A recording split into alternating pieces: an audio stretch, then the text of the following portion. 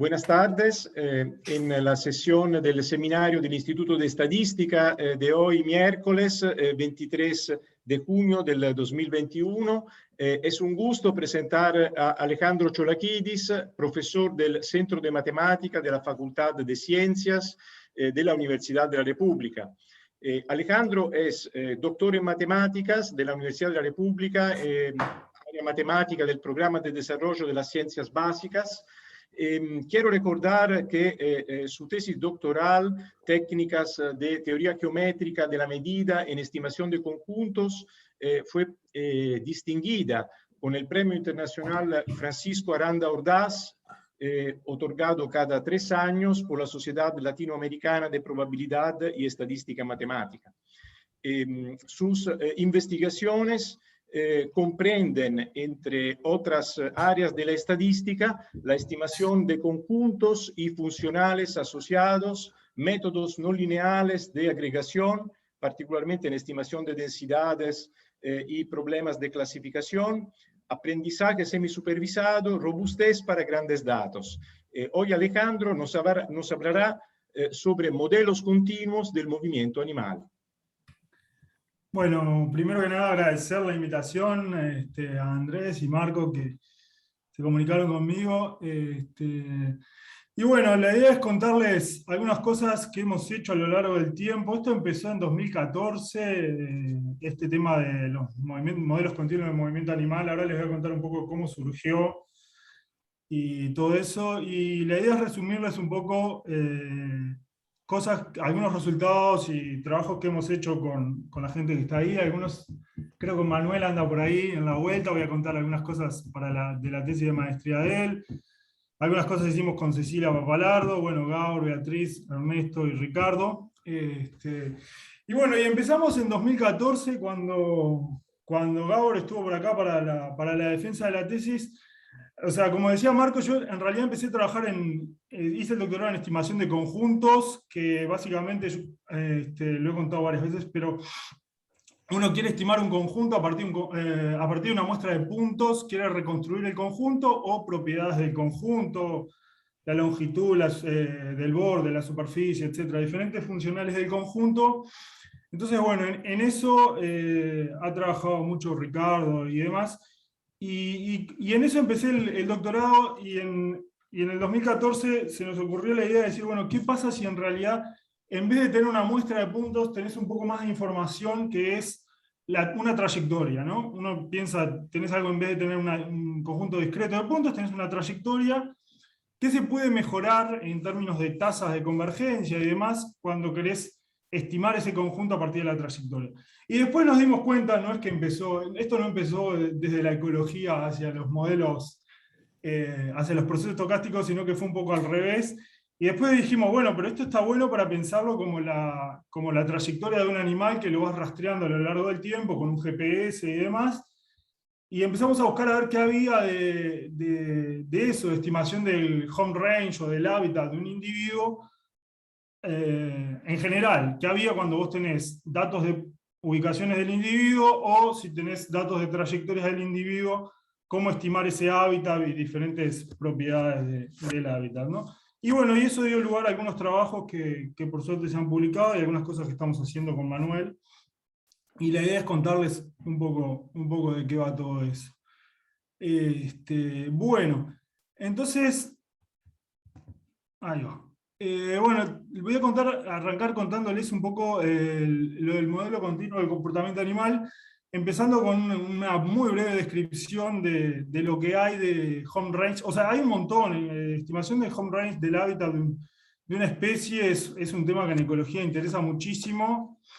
Y hay una literatura enorme que desconocíamos totalmente en su momento, y ahora desconocemos, pero un poco menos.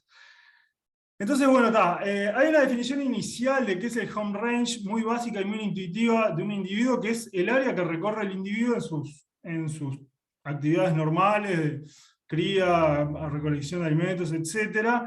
Y esa es una definición poco matemática que se da en el 43. A partir de eso surgen algunos trabajos y hay un interés por estimar, por ejemplo, las zonas donde el individuo pasa más tiempo, ¿no? O sea, uno tiene, o bien las ubicaciones, o sea, los datos son ubicaciones en un mapa o una trayectoria. Entonces, bueno, trata de ver dónde vive ese individuo, dónde pasa más tiempo y diferentes propiedades de ese conjunto, ¿no? Entonces, bueno, algunas aproximaciones iniciales del 49 eran decir, bueno, tengo esa muestra de puntos y digo que el hábitat a veces lo estimo a partir del cierre convexo de esos puntos. No sé si ustedes conocen el cierre convexo, pero es el menor conjunto convexo. Convexo quiere decir que dados dos puntos está el segmento que los une.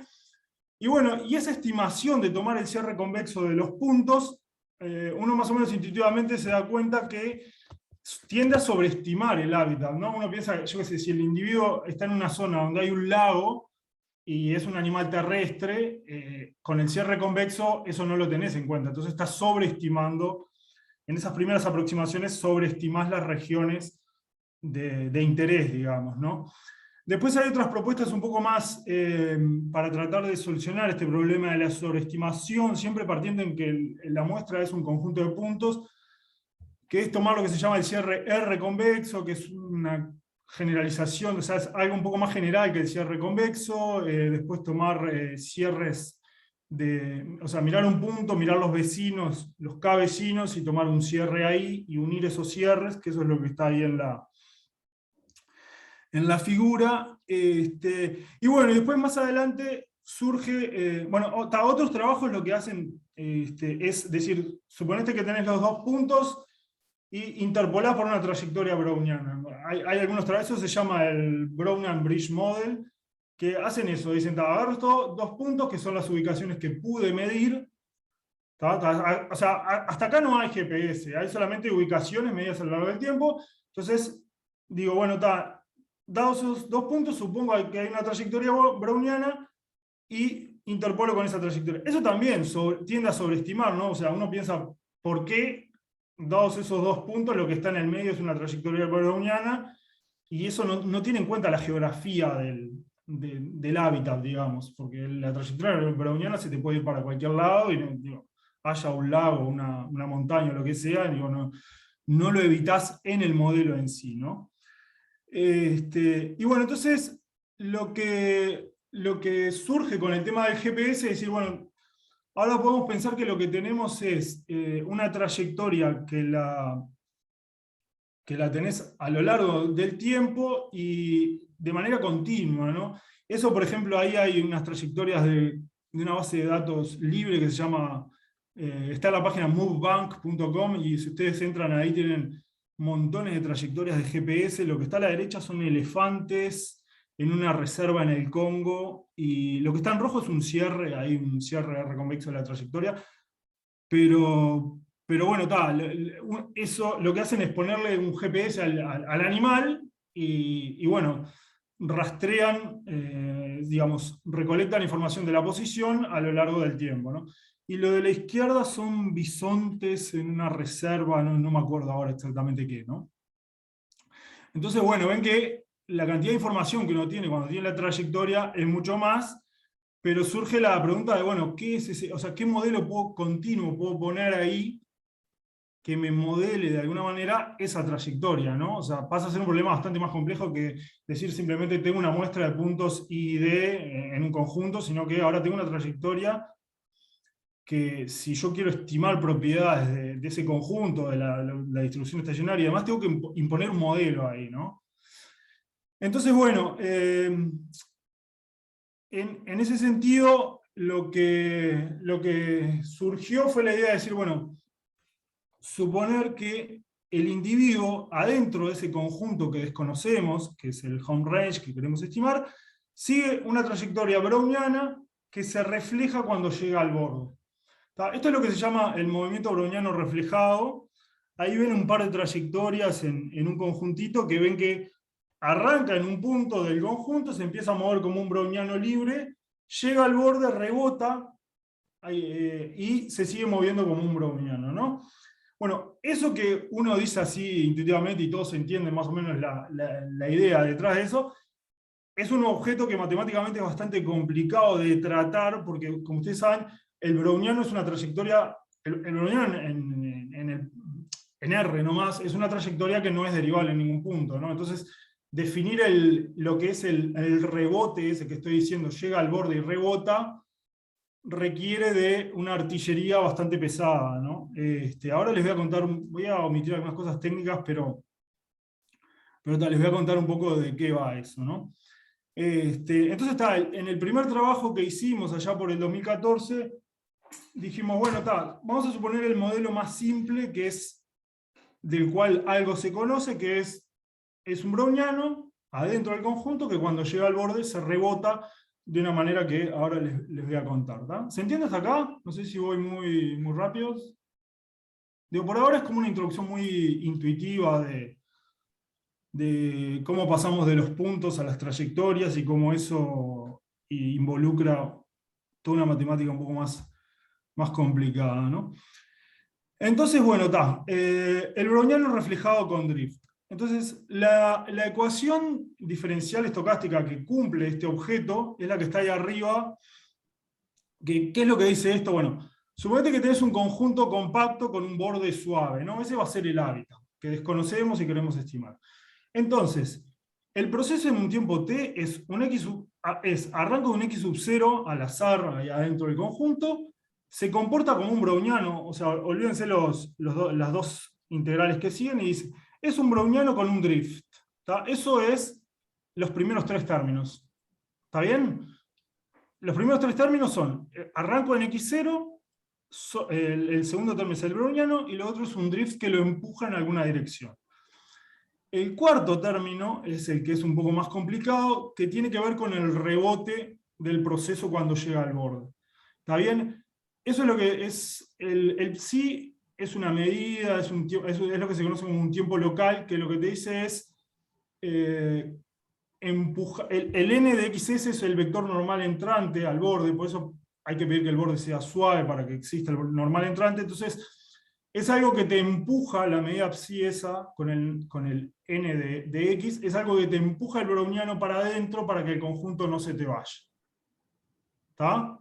Esa es la definición, esa es la ecuación diferencial, se llama ecuación de Skorokhod, y hay un montón de literatura sobre la existencia y unicidad de este objeto, del browniano reflejado. Se puede probar que cuando el borde S2 existe, hay unos trabajos del 50, primero lo prueban para convexos, porque, digamos, lo complicado es qué es ese objeto que empuja para adentro con el vector, con la dirección normal. ¿Tá? Porque como vos no tenés una tangente, no podés simplemente lo que haría uno en la reflexión física, ¿no? Refleja con el mismo ángulo que sale. Acá no hay porque no hay un ángulo de entrada y de salida, ¿no? Entonces, ahí es donde aparecen estas medidas así medio complicadas. Y bueno, el mu es el drift, que lo que te dice es, te empuja en cada posición hacia una dirección. ¿Está bien? Entonces, por ejemplo, ahí lo que hay es un dibujo de lo que es el mapa ese, o sea, el mu es para cada puntito del conjunto, te digo en qué dirección te lo voy empujando, y por ejemplo hay un par de representaciones de vectores de campos mu. ¿Está bien? ¿Se entiende más o menos? ¿Sí? Bueno, de esto ya les digo, hay bastante literatura, está conectado con una ecuación diferencial en derivadas parciales, que es la ecuación del calor con una condición de borde, que eso capaz que Marco ha trabajado más en eso, la condición de Newman, que hace que el calor, o sea, como que no deja que se vaya el calor, sino que lo rebota hacia adentro. Bueno, está eso y desconozco, pero digo, está relacionado con todas las ecuaciones en derivadas parciales con condición de Newman, que se llama. ¿Está bien? Nosotros por ahora, para esta charla, vamos a asumir que existe ese objeto, que es adentro un browniano y se rebota hacia adentro.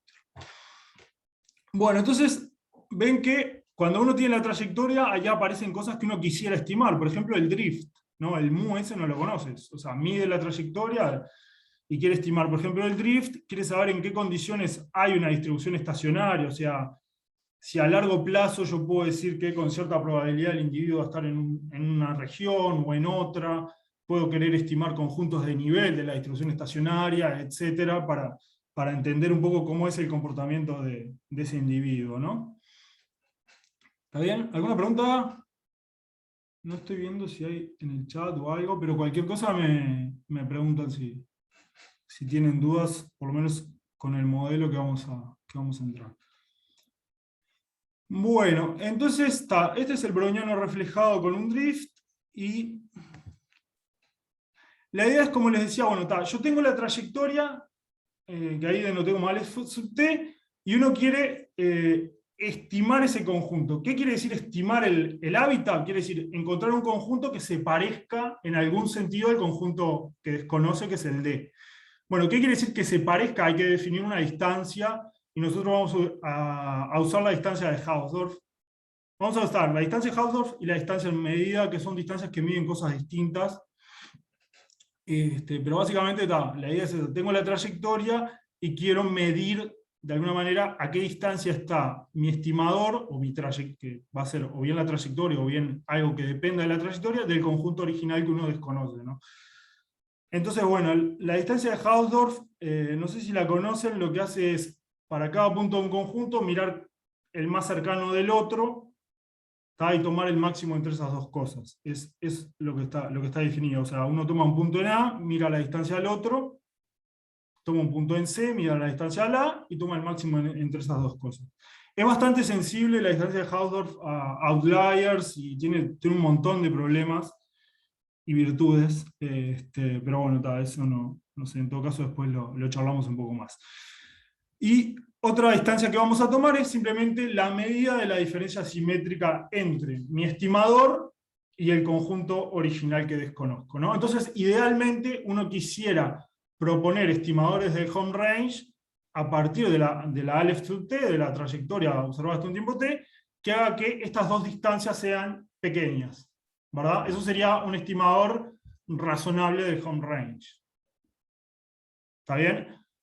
Bueno, entonces, en ese sentido, lo que logramos probar inicialmente, primero lo probamos para un browniano sin drift, y en el caso más simple, pero el resultado está bueno porque se obtiene una tasa de convergencia para la distancia de Hausdorff que es mejor que lo que uno obtendría con una muestra de puntos, de n puntos. Lo cual es bastante intuitivo, porque si tenés una trayectoria tenés mucho más información, ¿no?, que si tenés solamente n puntos.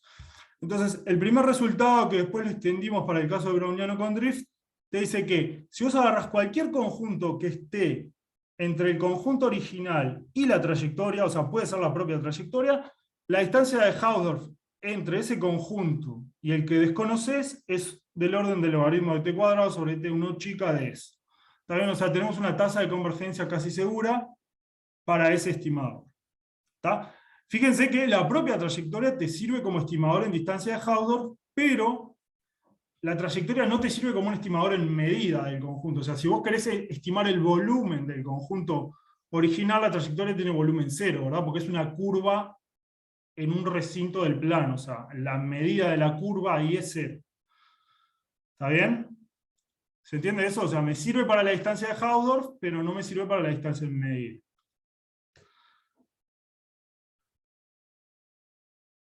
¿Se entiende esto? ¿Hasta acá? ¿Vamos bien? Se entiende, se entiende. Bueno, muy bien. Cualquier cosa ya les digo, me interrumpen. Bueno, en estimación de conjuntos típicamente se obtiene un O grande del logaritmo de n sobre n a la 1 sobre d. O sea, esto es un O chica y además aparece un cuadrado ahí que te mejora un poco el asunto. Pero bueno, está. Y, ¿cómo se prueba esto? Bueno, acá hay unas cosas medias técnicas que capaz que las paso por arriba, pero básicamente uno precisa garantizar que el browniano ese reflejado visita cualquier bolita adentro del conjunto original. Esa es una condición que ya estaba definida, acá no inventamos nada, que se llama la condición de non-trap, que básicamente lo que te dice es, el tiempo que a vos, el browniano, te demora en llegar a un conjunto, la esperanza de ese tiempo es finita. Que es como decir, bueno, en promedio el browniano te visita en tiempo finito cualquier bola adentro de tu conjunto original. Y hay toda una literatura muy interesante de ver qué condiciones garantizan, qué condiciones geométricas y qué tipo de procesos verifican esta propiedad de non-trap. ¿tá? Non-trap es como que no lo atrapa.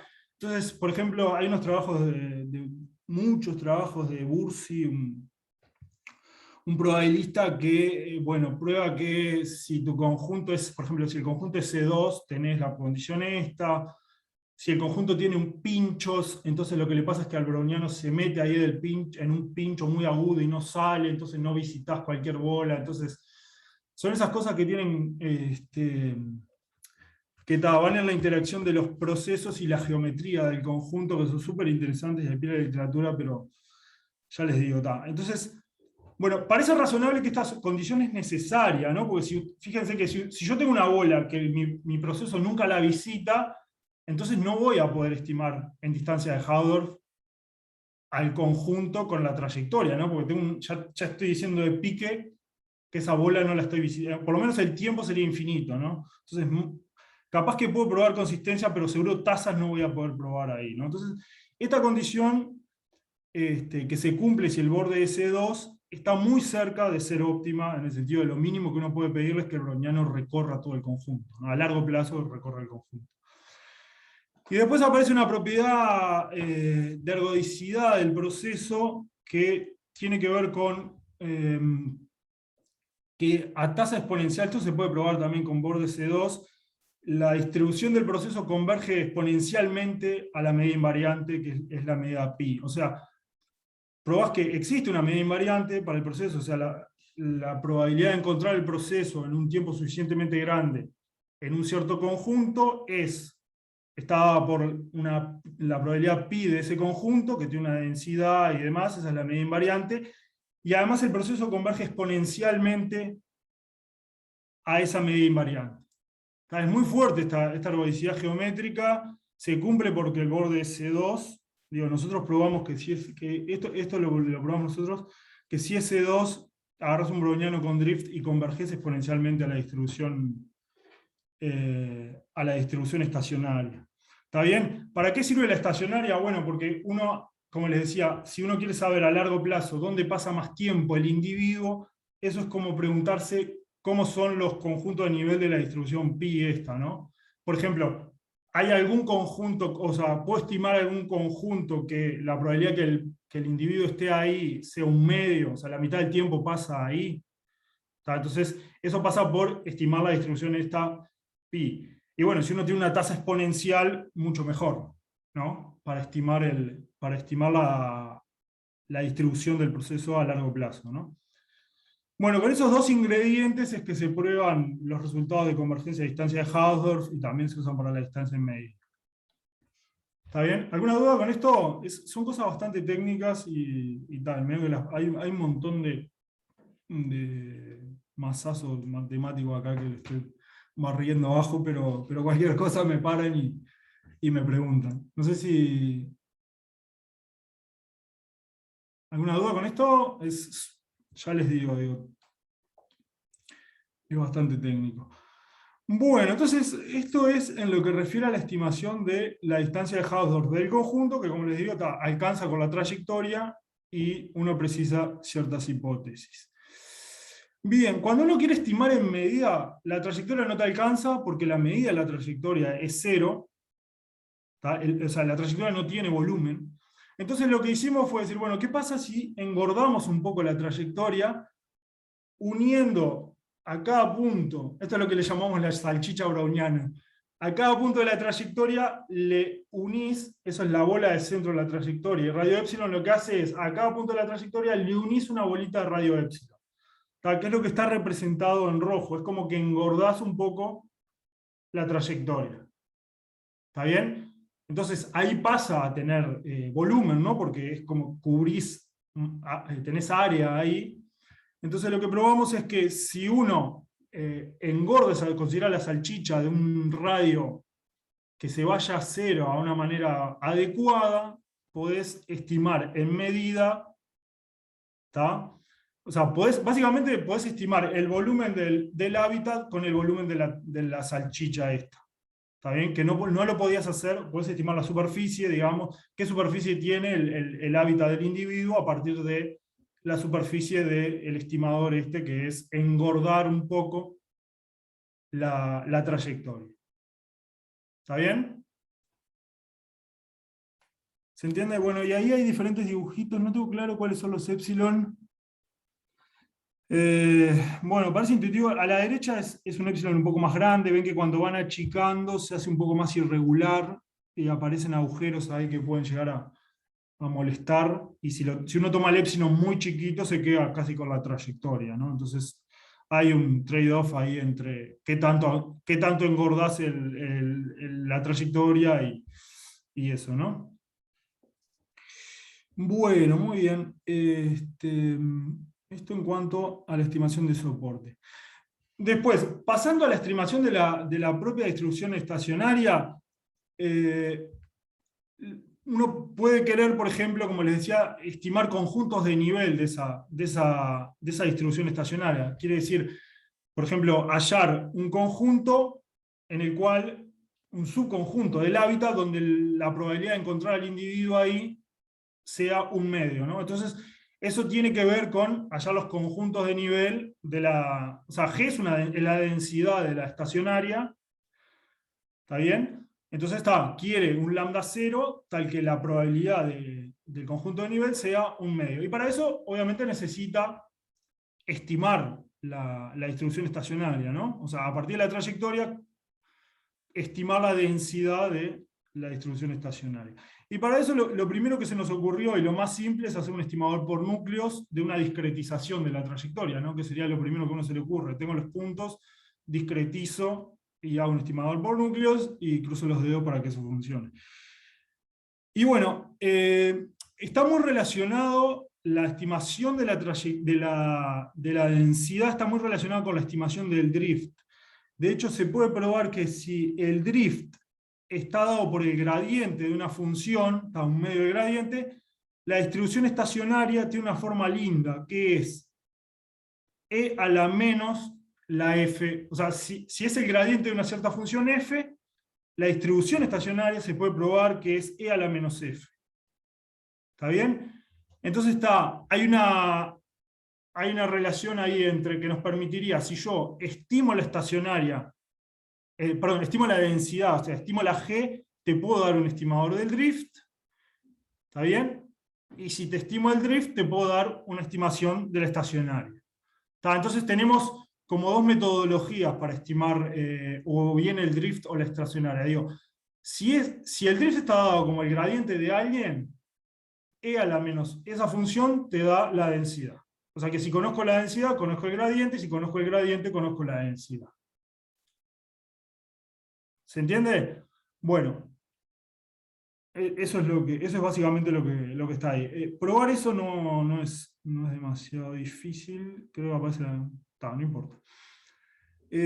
Bueno, entonces en cuanto a la estimación de la densidad, como les decía, lo más básico que a uno se le ocurre es decir, tengo una discretización y aplico núcleos, ¿no? Tengo el estimador por núcleos clásico y ¿qué es lo que pasa? Ahora mis X sub I, el problema es que, o sea, uno quisiera que el G gorro convergiera al G, ¿verdad? O por lo menos para un X fijo. Entonces ahí aparece un pequeño problemita de que la muestra estas no son independientes, ¿verdad? Porque los X sub I vienen de una discretización de una trayectoria continua.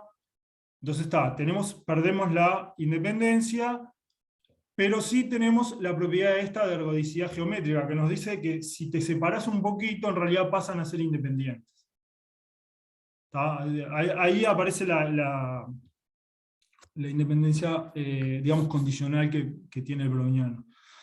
Entonces, bueno, lo que logramos probar es que este estimador por núcleo, bajo ciertas hipótesis de regularidad en el núcleo, tiene que ser Lipschitz y tiene que ser medianamente lindo, converge uniformemente a la estacionaria. O sea, uno discretiza la trayectoria en ciertos tiempos que los tiene que tomar adecuadamente, porque si yo me pego todos los tiempos en un cierto instante, pierdo la independencia y ahí se me arruina todo. O sea, tengo que tomar tiempos espaciados, ¿está bien? Entonces, si uso un estimador por núcleo en esos tiempos, eso converge uniformemente a la estacionaria. ¿Está bien? Y bueno, y se puede probar una tasa ahí se puede tomar la ventana para que sea del orden de 1 a la D más 2. Y bueno, eso es ¿Y para qué nos sirve esto de estimar? ¿Por qué queremos estimar uniformemente? Uniformemente me refiero a un supremo en el punto, porque hay resultados muy generales que dicen que si vos estimás uniformemente una función, los conjuntos de nivel los estiman con los conjuntos de nivel del estimador. O sea, si G gorro converge uniformemente a G, los conjuntos de nivel de G gorro se parecen a los de G. ¿Tá? Entonces, como a nosotros nos interesaba, bueno, estimar conjuntos de nivel, entre otras cosas, digo, lo que precisábamos era una convergencia, o sea, no me alcanza la convergencia puntual para estimar los conjuntos de nivel. ¿Está bien? Con este resultado, sí. Y bueno, está acá un ejemplito muy de juguete. Agarramos una elipse al que le sacás o sea, la elipse le sacás una bolita, metés un drift que sea de la forma menos x, y. ¿Tá? Entonces la teórica pasa a ser esto es usando simplemente la formulita que les mostré antes, te queda e a la menos f. Entonces la teórica está a la izquierda y a la derecha la estimación por núcleos truncando en el soporte. O sea, ahí es con núcleo gaussiano, pero además está truncado. Primero estimás el soporte, ¿tá? Y truncás lo que te queda afuera, lo tirás, digamos. ¿Está bien? Porque si no, el núcleo gaussiano no tiene soporte compacto, entonces no quedaba tan bonito. Y ven que, bueno, más o menos se parece, tenés un problema en el borde, ahí de que habría que usar una corrección de borde y todo un tema en los estimadores por núcleo, pero más o menos se parece una cosa a la otra, ¿no? Bueno, ¿alguna duda con esto? ¿Por acá? Vieron que, bueno, en definitiva los estimadores terminan siendo lo que uno esperaría, ¿no? El estimador por núcleo funciona bastante bien. Y bueno, en el caso de los elefantes, que les contaba hoy, el estimador, ahí no hay una densidad, no conocés la densidad teórica, o sea, no hay, porque son datos. Entonces el estimador te queda eso, ahí esa sabanita tridimensional, que bueno, yo qué sé, te da lo que te da. No tenés una manera de evaluar si eso es qué tan lejos está o no de una teórica, ¿no? Pero bueno, da más o menos razonable. Esto está en base a 1633 posiciones. Bien, y en cuanto a los conjuntos de nivel, como les decía, si uno tiene convergencia uniforme, se puede probar fácilmente que los conjuntos de nivel convergen a los conjuntos de nivel teórico. ¿Está bien? En distancia de Hausdorff. O sea, si estimaste uniformemente, el teorema que se prueba es que la distancia de Hausdorff entre los teóricos y los estimados se va a cero casi seguramente. Ahí se pueden obtener tasas, pero para obtener tasas precisas regularidad en la G y demás. Y bueno, y ahí les muestro un ejemplito. Esto también es con la elipse a la cual le sacás es el mismo ejemplo que el que les mostraba hoy. Este de acá es la elipse al cual le sacás una bolita y con el drift ese que es menos x menos y. ¿Está bien? Entonces, ahí, bueno, esto está basado en una muestra gigantesca de 500.000 pasos. O sea, es una trayectoria discretizada, tomando un paso chiquito. Y ven que, bueno, más o menos se parecen. A la derecha está lo teórico, lo que uno esperaría. El que está en rojo creo que es... A ver... No me acuerdo ahora si el que está en rojo es el que tiene área a un medio o son colores al azar ahí. Pero bueno, más o menos se parecen los conjuntos de nivel con una trayectoria bastante grande, ¿no? Bueno, y estimación del drift. Como les decía, si uno puede estimar la estacionaria, puede estimar el drift, ¿tá? Porque E a la menos F, la cuenta que les mostré hoy, te da una estimación del drift. Ahora, otra manera más general de estimar el drift, se las cuento ahora. Esto surgió en realidad porque uno de los referees nos dijo, bueno, pero ¿qué pasa si el drift no es el gradiente de una función, sino que tenés un drift más general y bla, bla, bla?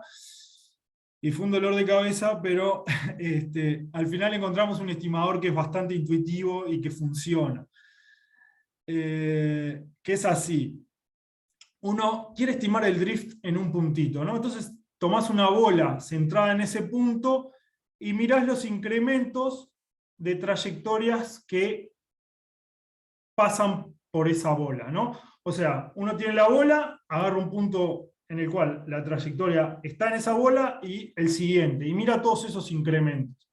Entonces, intuitivamente, promediando esos incrementos, tenés una idea de el drift, ¿no? Tenés una idea de hacia dónde está empujado ese proceso. Esta metodología de tomar incrementos está hecha para procesos a valores en R. Hay unos trabajos ahí bastante generales para difusiones sin reflexión. Hay resultados de consistencia que lo que hacen es eso, se paran en un puntito y miran los incrementos y después promedian. Que es una especie de estimador por núcleo, en definitiva, ¿no? Pero digo, es lo más intuitivo y lo más simple que a uno se le ocurriría, ¿no? Promediar incrementos. Claro, ¿qué pasa? Cuando vos no tenés la parte de la reflexión, es engorroso, pero más o menos sale. Hay resultados súper generales de convergencia, de hecho hasta uniforme de esto al drift y demás, pero cuando tenés la parte de la reflexión se te complica un poquito más. Ahí. Entonces está, no nos salió, o sea, lo que nos salió fue probar un resultado de convergencia en probabilidad bajo ciertas condiciones, tomando la ventana que no se vaya a cero muy rápido y todo eso, probamos un resultado de convergencia en probabilidad para X fijo. Y nos quedamos contentos con eso. Pero bueno, está. Ya les digo, esto es bastante engorrosa la parte matemática porque la parte de la reflexión te complica bastante, ¿no? Y bueno, y ahí les muestro un par de dibujitos. Ven que a la derecha está el estimado, perdón, a la derecha es el teórico, el que les mostré, el menos x menos y, que apunta para adentro, y a la izquierda una estimación que se parece bastante. Hay unos pequeños problemillas ahí en la parte esta del asa, de la elipse esa que sacás, porque ahí el proceso pasa poco tiempo, entonces las estimaciones que tenés ahí son peores. Pero bueno, más o menos se parece una cosa a la otra, ¿no? Disculpa, esa no la entendí. O sea, en esa figura el color, ¿qué es? El color es la intensidad del drift. Okay. El valor de la F vendría a ser. El valor de mu. El valor de la norma del drift, en realidad. La norma. Acordate que el drift es menos x menos y, quiere decir que cuando vos te acercás al origen tenés una norma más chiquita. Y empuja más fuerte cuando te alejás más del origen. Por eso las flechitas, si uno mira a la derecha, en el entorno del 0,0 son más chiquitas, y a medida que te alejás, son flechas que apuntan para adentro, son menos x menos y, o sea, apuntan para adentro, y va creciendo el módulo de la flechita. Lo que nos pasa con la estimación es que en direcciones aproximás bastante bien, pero el módulo tenés problemas, sobre todo en la parte del asa, esta que le estoy llamando el asa, porque ahí el proceso en realidad pasa poco tiempo, ahí precisás una trayectoria muy, muy larga para que recorra lo suficiente ese bordecito derecho. ¿Está bien? Entonces estimás más o menos bien la dirección, pero el módulo ahí es más o menos, no tan bien, digamos. ¿Se entiende? Y queda un problema abierto, probar. Este estimador es muy general, acá no asumimos que el gradiente es que el drift es el gradiente de alguien, porque eso fue una de las preguntas que nos hicieron. Y funciona en general, pero tiene sus desventajas. Bueno, no sé si hay alguna duda más con esto. Ya que estoy acá, pregunto. ¿Y para los elefantes qué hiciste? ¿Tomaron, o sea, porque en el ejemplo de la elipse tenían una F que la conocían, y con eso no sé si supongo que la usaron en la estimación. ¿Y en el de los elefantes usaron también una F o la estimaron con esto?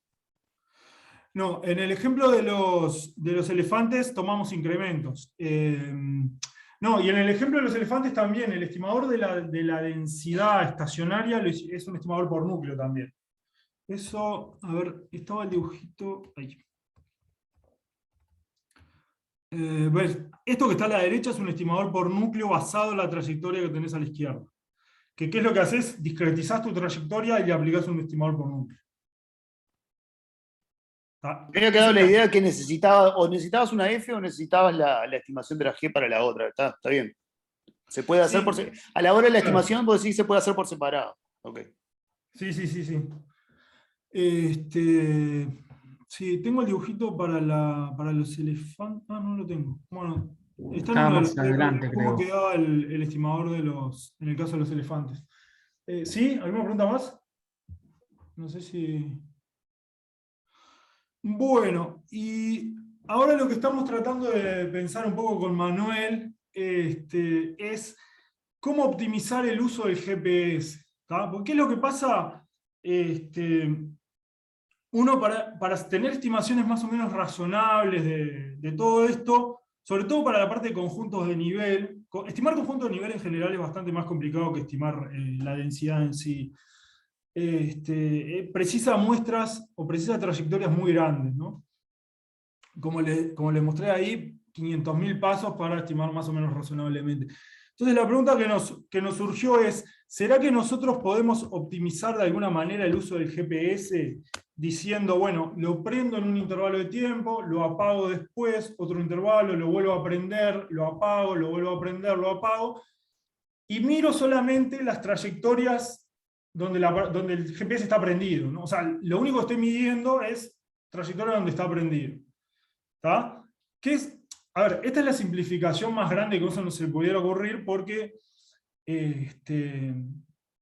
o sea, esto tiene, por ejemplo, puede pensar que en realidad el GPS no se te apaga, sino que pierde señal en una determinada zona, o que es mala la estimación en una determinada zona, o demás. Trabajar eso desde un punto de vista matemático es bastante complicadito, entonces lo que dijimos, bueno, vamos a suponer que en principio con la primera aproximación al problema es prendo y apago. Y ver cómo mejoro eso. Digo, si mi duración de la batería es 3 horas, es mejor intercalar pedacitos de 1 hora prendido, 1 hora apagado, 1 hora prendido, 1 hora apagado, 1 hora prendido, o mirar las 3 horas de corrido. ¿Cómo se comparan esas dos cosas? ¿Se entiende? ¿Puedo mejorar intercalando? Y en tal caso, ¿cuál es la mejor intercalación? O sea, ¿cuál es el uso óptimo de la batería? ¿Tá? Que es una pregunta, es la pregunta más simple, porque las otras preguntas de decir, bueno, ¿qué pasa si en realidad, o sea, una siguiente pregunta sería, bueno, suponete que en realidad no está apagado, sino que está ubicando mal. Ahí se vuelve un poco más complicado, pero bueno, está. Entonces lo que les voy a contar es eso, el modelo en el cual prendés y apagás, y comparar eso con el modelo en el cual usás toda la batería de corrido. ¿Se entiende? ¿Cuáles son las dos cosas que quiero comparar? Igual ahora le voy a explicar un poquito más en detalle. Entonces, bueno, supongamos que ahora observás el proceso, pero intermitentemente. Tenés P tiempos de una cierta duración delta 1, donde está prendido, y otros P-1 donde está apagado, de una duración delta 2. Entonces, como les decía, el objetivo es optimizar el uso de la batería. O sea, cómo elegir el tiempo donde estás. O sea, suponiendo que tu batería, tenés fija la duración de la batería, ¿cómo optimizar esas dos cosas? Entonces ahí lo que aparece es una trayectoria en la elipse, donde en negro está apagado y en realidad vos lo que observás, perdón, en negro está prendido y en rojo está apagado. O sea, solo observás la trayectoria que está en negro. ¿Está bien? O sea, mirás en un intervalo de tiempo, vas prendiendo y apagando, y al final la que te queda, los pedazos prendidos, son los que están ahí en negro. ¿Está? Bueno, entonces, para eso un poquitito de notación. Vamos a suponer que tenemos un conjunto compacto con un borde suficientemente lindo y un browniano con drift. Eso es igual que antes, ¿no? Y tenés fijo los tiempos delta 1 y delta 2. ¿Está? Eso es importante también, ¿no? Acá el delta 1 y delta 2 está fijo. También otra pregunta podría ser, bueno, ¿será que si uso más la batería al principio y menos al final y no sé qué, se puede optimizar? Y bueno, eso ya era otra cosa, otro problema bastante más complicado. Entonces, bueno, supongamos que tenemos una función que nos dice vale 1 cuando el proceso está prendido y 0 cuando está apagado. Esta es la función a sub t.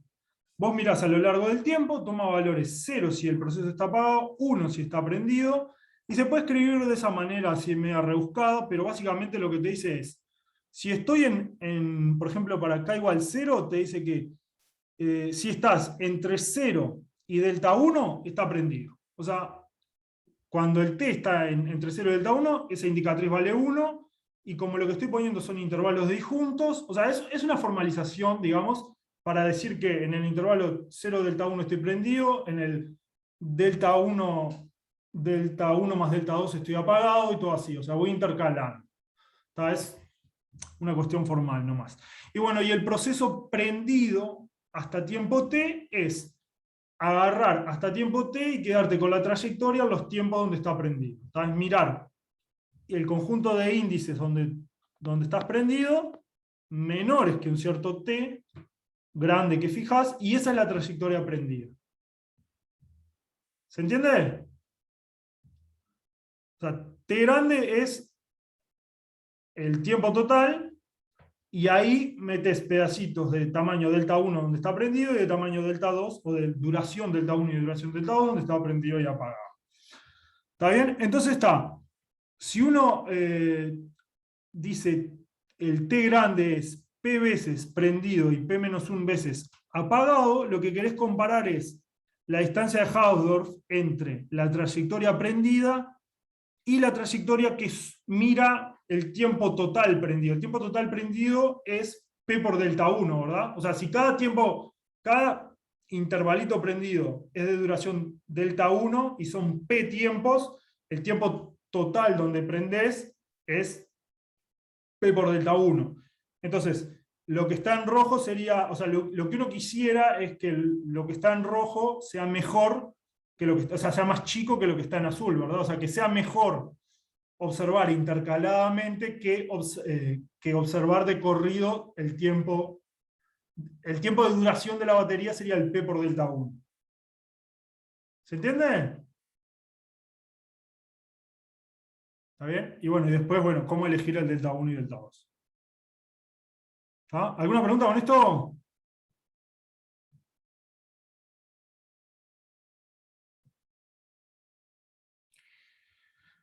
Bueno,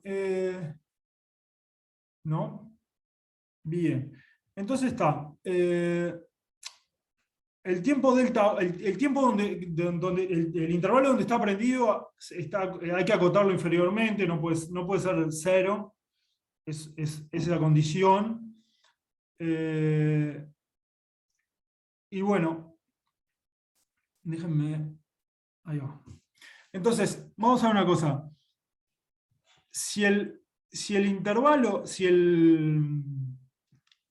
agarras una trayectoria que contenga, o sea, agarras cualquier conjunto S sub t que contenga la trayectoria prendida y que esté metida dentro del conjunto, tenés una cota que está dada por la ecuación 3. ¿Está bien? Suponiendo que tenés eso, mirás intercaladamente la distancia de Hausdorff, la probabilidad de la distancia de Hausdorff sea mayor que epsilon, está acotado por lo que tenés en la ecuación 3. ¿Está? Ahora, si mirás de corrido entre 0 y p por delta 1, y agarrás un estimador que contenga a esa trayectoria, lo que tenés es lo que está en la ecuación 4. ¿Está? Entonces, ¿qué es lo que uno quisiera? Que lo que está en la ecuación 3 sea menor que lo que está en la ecuación 4. Y si se fijan, pues en la ecuación 3 es el intercalado, es medir la distancia de Hausdorff con tu proceso intercalado. Y en la ecuación 4 es con el proceso mirado desde 0 hasta agotar la batería, que es p por delta 1. Y si se fijan, es mejor. ¿Por qué? Porque aparece el C sub 1, E a la menos C2, P por delta 1, eso aparecen los dos, pero en la ecuación 3 aparece E a la menos C3 por P. ¿tá? O sea, aparece un segundo término que si P es grande, eso sería menor que 1, entonces te queda más chico el 3 que el 4. ¿Se entiende? Pues, el C1 por E a la menos C2 P por delta 1 es el mismo, aparecen los dos. La única diferencia es que en la ecuación 3 aparece el E a la menos C, o sea, E a la menos cantidad de saltitos en que prendiste y apagaste. ¿Está bien? Entonces, de estas dos ecuaciones ya tenés que, fenomenal, prendiendo y apagando ganás. ¿Y cuánto ganás? Depende de cuántas veces apagás. Cuanto más apagues, mejor. Hay como comentario que estaría bueno poner, como dónde es más probable que el bicho se mueva. O sea, dependiendo del problema, ¿no? Y el animal, vos sabés que hay bichos que andan de noche, bichos que andan, ¿no? A incluir la información a priori que tenés del animal en cómo se mueve, ¿no? Sabés que hay animales que se mueven de determinada manera e incluir la información a priori para saber, porque si tenés la restricción de la batería, ¿no? No Sí. hacerlo a cortes regulares, sino donde sea más probable que se mueva más o menos. Ahí va, eso está bueno, sí, mirá. Toma nota, Manuel. Dale, anota. No, pero claro, que el intervalo delta 1 sea los tiempos, yo que sé, donde está durmiendo, entonces haces desde... O sea, porque no sé, tu estimación va a ser mejor, ¿no? Dependiendo, si el bicho está más activo o no, tenés más o menos información. O sea, incorporar la conducta del sí, animal que vos ya conocés de antes como información previa para ese sí, prendido y sí. apagado. Tal cual, está buenísimo. Está buenísimo tu comentario. Bien, lo incorporaremos para la... No, igual, un comentario. Nosotros acá estamos haciendo una suposición muy grotesca en términos... Acá me agarra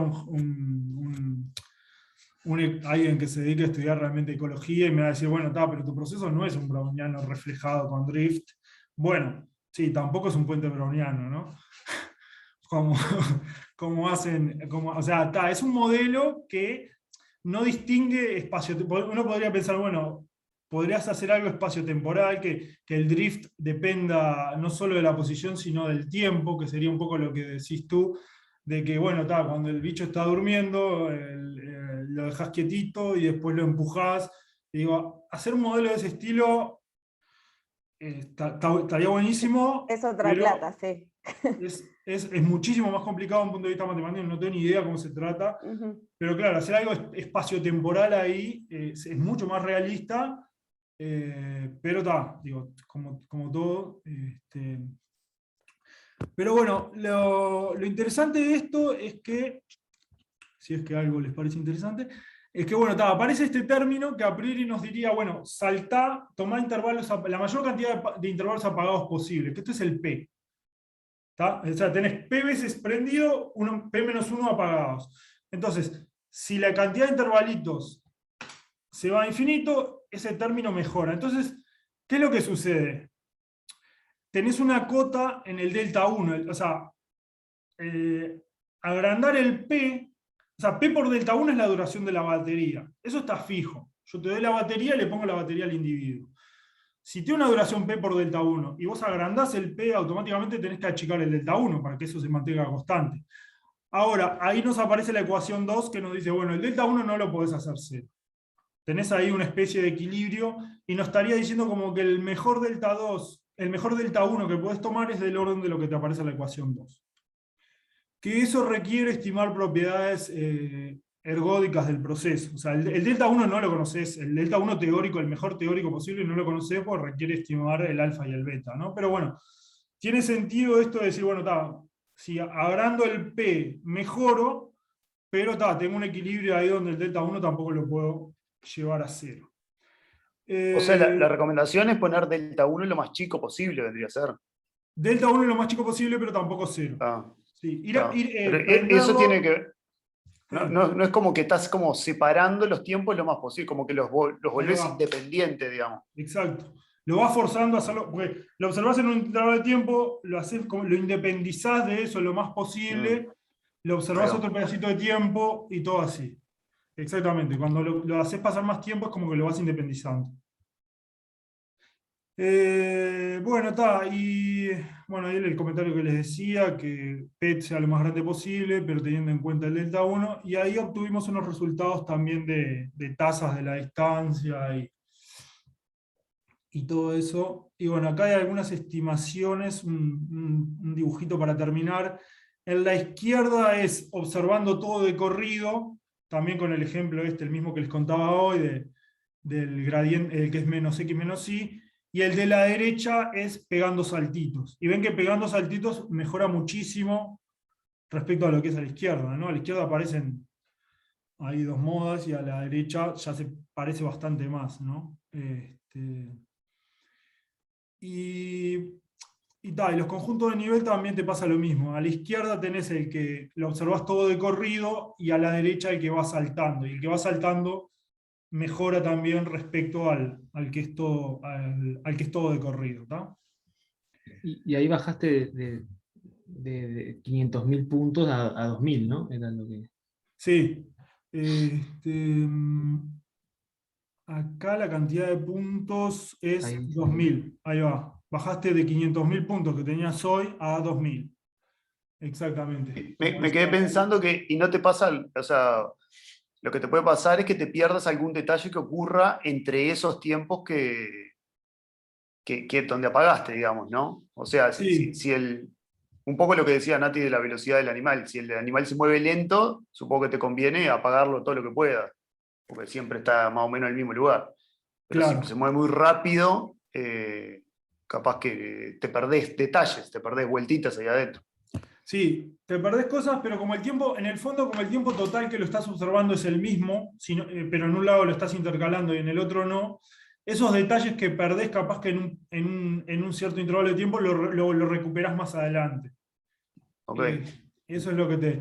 Y tampoco tenés la restricción esta de la ecuación 2 que te dice no lo hagas cero, o sea, no es tomar puntitos infinitamente espaciados. O sea, tenés una restricción de que tenés que observarlo un cierto, al menos un ratito, delta 1.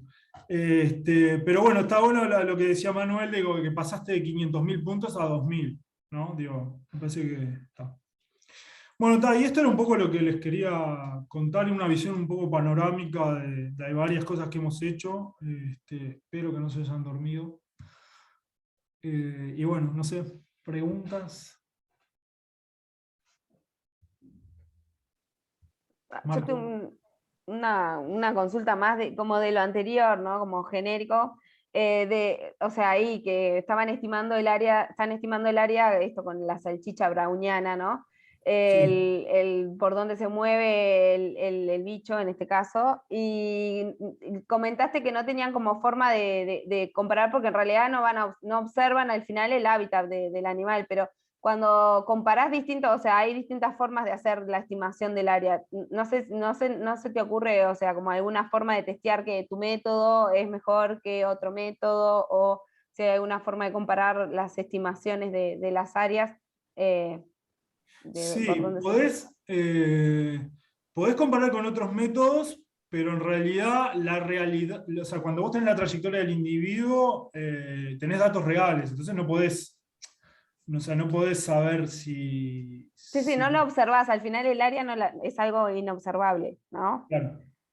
Sí, tenés comparaciones con otros métodos, en eso... Lo que pasa es que con trayectorias continuas hay muy poco, creo que nada, de hecho hay estas interpolaciones con puentes brownianos y eso dan cualquier cosa, y con los cierres, eh, bueno, nosotros tenemos otras propuestas de estimadores, en vez de tomar la salchicha, tomar el cierre R convexo de la trayectoria y cosas así. Eso para estimar en medida, ¿no? En Howdor te alcanza la propia trayectoria. Pero en medida tenemos, bueno, este es el de la salchicha, pero hay otros estimadores. Y ya te digo, en datos reales, bueno, uno muestra los dibujitos, ahí ve que queda más o menos razonable, pero no conoce el hábitat real. No tenés manera de cuantificar cuánto le estás cerrando, ¿no? Ujú. Básicamente. Pero bueno. No sé si, Marco, vos tenías una pregunta y me apareció una manito ahí. No, Bueno, no, la manito era para felicitar Bueno. la presentación. Es el aplauso que quiero hacer para la presentación y agradecer. Yo tengo una pregunta. Bien. Sí. Sí, en primer lugar, muchas gracias a Alejandro por la presentación. En la mayoría de los resultados, si no en todos, estaba la hipótesis de que el borde fuese C2. Yo tengo un par de preguntitas ahí. Una Sí.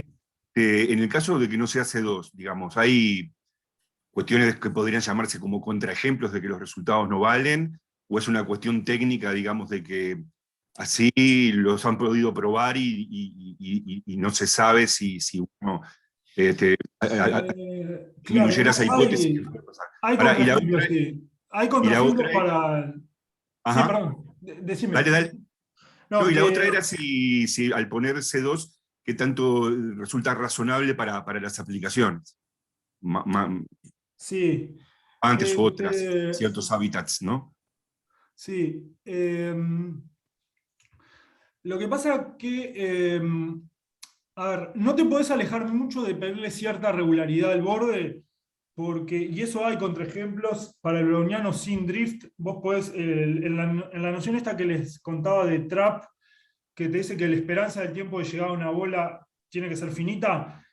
Bursi tiene, y hay varios trabajos donde prueban que si vos si agregás le agregás un pincho al conjunto, ese dominio es trap. O sea, ahí podés construir un dominio que si el borde tiene un pincho hacia afuera, el browniano le puedes encontrar una bola tal que la esperanza de llegada no sea finita. Eso hay ejemplos. De C2 a lo mínimo que se puede pedir, hay margen. De hecho, yo acá puse C2, pero en el trabajo inicial que lo hicimos con el browniano sin drift, pedimos un poco menos tenés que pedir algo de regularidad, porque además la regularidad del borde está asociada a la existencia del propio proceso. Porque vos precisás que exista el browniano reflejado con drift. Entonces, los resultados de existencia piden algo de regularidad. Podés permitirle, por ejemplo, que tenga algún pincho pero no muy agudo, o sea, podés una especie de cuadrado en un cuadrado o algo por el estilo, pero está asociado a la existencia del propio proceso. Y además a la condición esta que es necesaria porque, ya te digo, si la esperanza del tiempo de llegada a una bola no es finita, o sea, quiere decir que en promedio hay una bola que no la visitas, entonces no vas a poder obtener un resultado de consistencia ahí, ¿no? Digo, nosotros no probamos, sí hay resultados de Bursi que dicen que estos conjuntos son trap. El proceso ahí no llega. O la esperanza del tiempo de llegada no es finita. Pidiendo, o sea, y son en general construidos a partir de puntos, de pinchos, conjuntos que tienen pinchos y cosas por el estilo. Pero si fuera C1, por ejemplo, no sabés si se puede probar o no. ¿Cómo? Si fuera C1 y no C2.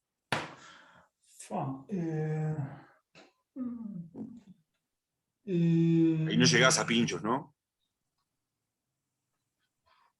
Bueno, yo creo que si el borde es Lipschitz, me animaría a decirte que sí, porque podés llegar a probar cosas. O sea,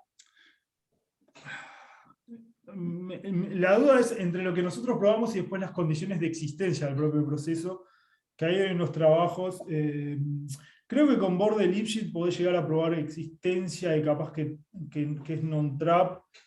Creo que podés llegar a probar algo así. No te quiero mentir, pero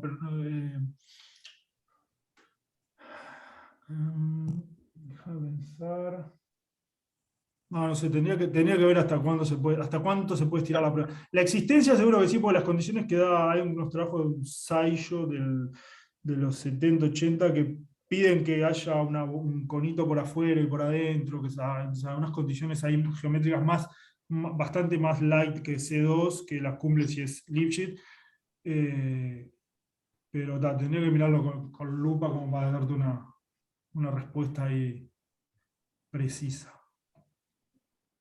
Ok. Bueno, no sé, ¿tenías otra pregunta, Fernando, que me ibas a hacer? No, la otra era de que si esa hipótesis C2 es razonable, digamos, no.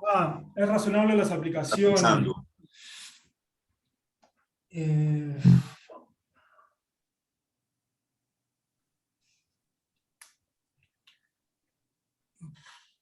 Bueno, no sé, depende de los hábitos. Lo que pasa es que ahí yo creo que depende mucho de la escala en la que estás mirando las cosas.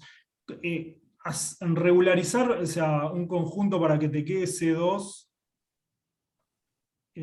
digamos, podés encontrar un conjunto arbitrariamente cerca en distancia de Hausdorff que sea C2. Creo que me animaría a decirte que Claro, de casi cualquier cosa, ¿no? Entonces, si lo podés aproximar en Hausdorff, está bien. es razonable que no perdés mucho, suponiendo que C2, ¿no? Pero, Sí. no sé. Sí. Gracias. Bueno, no sé, ¿hay más preguntas? Alejandro, una pregunta en que refiere al modelo que planteaste en una de las primeras diapositivas. Desde el punto de vista entonces de la inferencia para este modelo, es correcto, digamos, plantear que tú tienes un algoritmo para la estimación, digamos, simultánea del soporte y del drift. Sí. Perfecto. Y el soporte, digamos, en esta formulación del modelo que planteaste, digamos, con esta ecuación de Skorhod, está, digamos, fuertemente relacionado con esta medida Xi que aparece. O sea, entiendo, digamos, la estimación de mu que aparece de manera explícita en la ecuación. Y de la estimación, digamos, de D, podríamos decir que en esta formulación se relaciona con la medida Xi, con este cuarto término que Sí, el psi comentaste. esa es una medida que tiene soporte en la recta real. Es una medida bastante complicada de entender porque actúa, si vos lo pensás en el browniano, en la recta nomás lo que hace es, cuando tu browniano baja, te lo empuja para arriba. Pensá en un browniano nomás en... Esto se puede definir digamos, que rebotara en el eje igual 0, ¿no? Tenés un browniano que cuando llega a 0 rebota. ¿Está? Esa medida es una medida que vive en la recta, en los reales positivos, y es singular respecto a la medida del EB. Eso se puede probar. Estas medidas actúan cuando en un conjunto de medida del EB 0. Entonces, te lo empuja para arriba el browniano cuando toca el borde. ¿Está? Pero, digo, no es un objeto bastante complicado. A mí me costó bastante. Digo, uno piensa en la trayectoria discreta. De hecho, hay las primeras pruebas que hay de la existencia de este objeto, del browniano reflejado, unos trabajos de Tanaka del 50 y pico, que agarran una discretización de la trayectoria y cuando se va para abajo lo empujan para arriba y prueban que eso converge al proceso original. Y son objetos, las medidas estas son objetos bastante dificilitos de entender, pero son singulares respecto del EB, por ejemplo. Sí. Bien, muchas gracias. Digo, entonces, en la parte de estimación, de alguna manera, el algoritmo es, digamos, jerárquico, o sea, primero la estimación del soporte y luego la estimación del drift.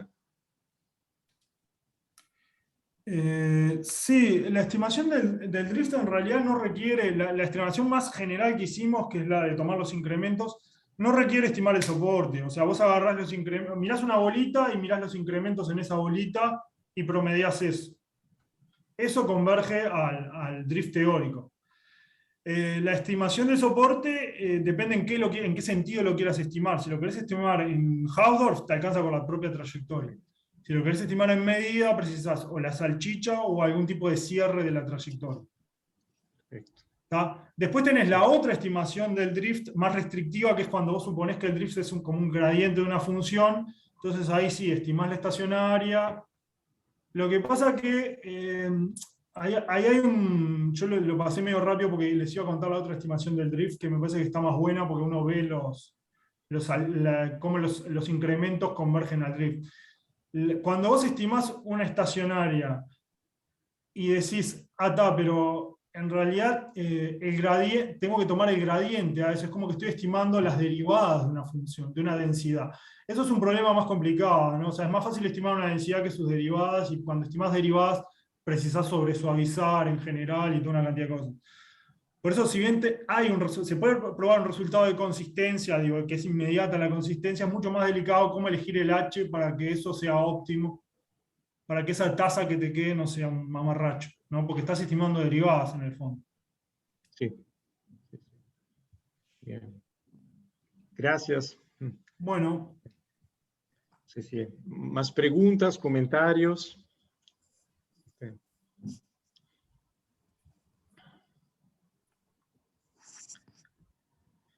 Alejandro, si no hay más preguntas y comentarios, no sé, por parte de todos, te agradecemos mucho tu presentación. Bueno, muchas gracias. Gracias. Aprovecho para pasar un aviso. El próximo miércoles 30 de junio, el profesor Víctor Vázquez de la Benemérita Universidad Autónoma de Puebla hablará sobre resultados asintóticos para la estimación de parámetros de procesos ARX en seguimiento de trayectorias. Y todos están cordialmente invitados a enviarnos a Andrés y a mí propuestas para nuevas presentaciones en este ciclo de seminarios. Muchas gracias. Muchas gracias. Gracias, chau, chau. Hasta luego. Gracias, chao. Gracias.